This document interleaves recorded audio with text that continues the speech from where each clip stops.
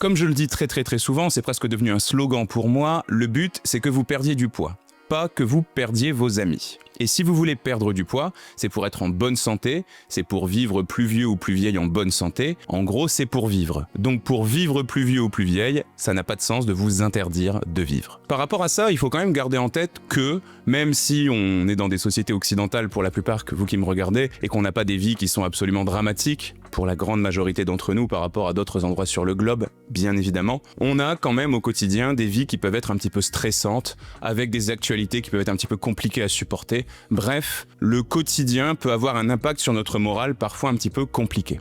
Et la solution à ça, c'est de savoir lâcher prise, c'est de savoir se faire plaisir, partager, découvrir, rigoler un bon coup avec les amis, la famille, etc. Et bien si vous vous interdisez tout ça, vous allez avoir un petit peu le moral en berne, donc vous allez avoir du mal à tenir dans le temps, vous allez chercher à compenser. Et ça, quand on souhaite perdre du poids, forcément, c'est pas une bonne idée. En plus de ça, comme l'étude scientifique que je vous remets juste ici dans la description l'a prouvé, si vous êtes une personne sensible et que vous vivez des émotions un petit peu dures, il est prouvé scientifiquement que votre cerveau va davantage réclamer de sucre ou de gras, voire de sucre et de gras ensemble, pour apaiser un peu l'aspect psychologique. Donc si vous vous interdisez de vivre, que vous dites non à n'importe quelle invitation et que vous vous frustrez par rapport à ça, il y aura forcément un moment où votre cerveau va vous pousser à craquer et c'est comme ça que vous allez faire des grignotages ou des repas où d'un coup vous gâchez tous vos efforts et que vous allez vous décevoir à nouveau. Donc apprenez à sortir d'ailleurs en profitant, hein. Le but c'est pas de sortir et de faire la plante verte dans un coin, à ne boire que de l'eau, à ne pas parler, à subir un petit peu sa soirée parce qu'on veut surtout pas ingérer la moindre calorie.